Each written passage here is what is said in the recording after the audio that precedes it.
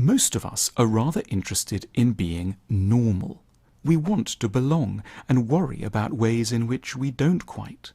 No matter how much we praise individualism and celebrate ourselves as unique, we are in many areas just deeply concerned with fitting in. It's therefore unfortunate that our picture of what is normal is in fact very often way out of line with what is actually true and widespread.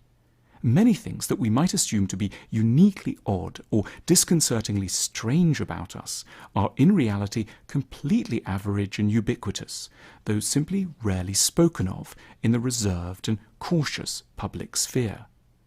The idea of the normal currently in circulation is not an accurate map of what is actually customary for a human being. We are, each one of us, far more compulsive, anxious, sexual, high-minded, mean, generous, playful, thoughtful, dazed, and at sea than we are ever encouraged to admit. Part of the reason for our misunderstanding of our normality comes down to a basic fact about our minds, that we know through immediate experience what's going on inside us, but we can only know about other people from what they choose to tell us, which will almost always be a very edited version of the truth. We know what we've done at 3 a.m., but imagine others sleeping peacefully. We know our somewhat shocking desires from close up.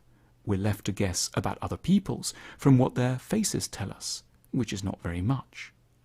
This asymmetry between self-knowledge and knowledge of others is what lies behind loneliness.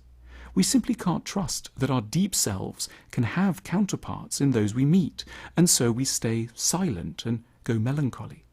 The asymmetry encourages shyness too, for we struggle to believe that the imposing, competent strangers we encounter can really have any of the vulnerabilities and idiocies we're so intimately familiar with inside our own characters.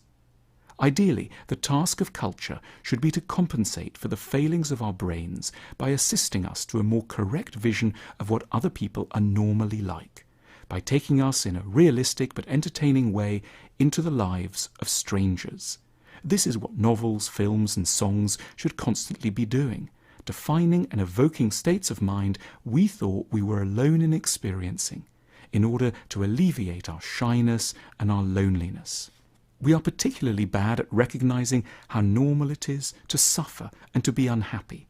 Around relationships, for example, we constantly operate with an image of the bliss of others, which mocks and undermines our own efforts to keep going, with many flawed but eminently good enough unions.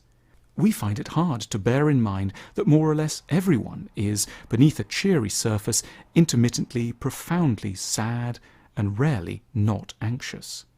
We become embarrassed too by our close-up knowledge of our own sexuality, which appears necessarily more perverse than that of anyone we know.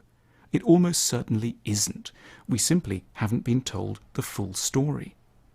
Ideally, artworks would offer us a hugely consoling truth, that our hidden worries, the nagging anxieties we keep to our chests, and our stranger thoughts and impulses don't actually make us strange. On the contrary, they are precisely what make us normal. One great goal of a love novel, for instance, should be to tell us what love and long-term relationships are really like, so that our own tribulations wouldn't appear so readily as signs that everything had gone wrong. Our culture often tries to project an idea of an organized and poised and polished self as the standard way that most people are. We should discount this myth. Other people are always far more likely to be as we know we are than they are to be like the cardboard cutouts we meet in our social lives.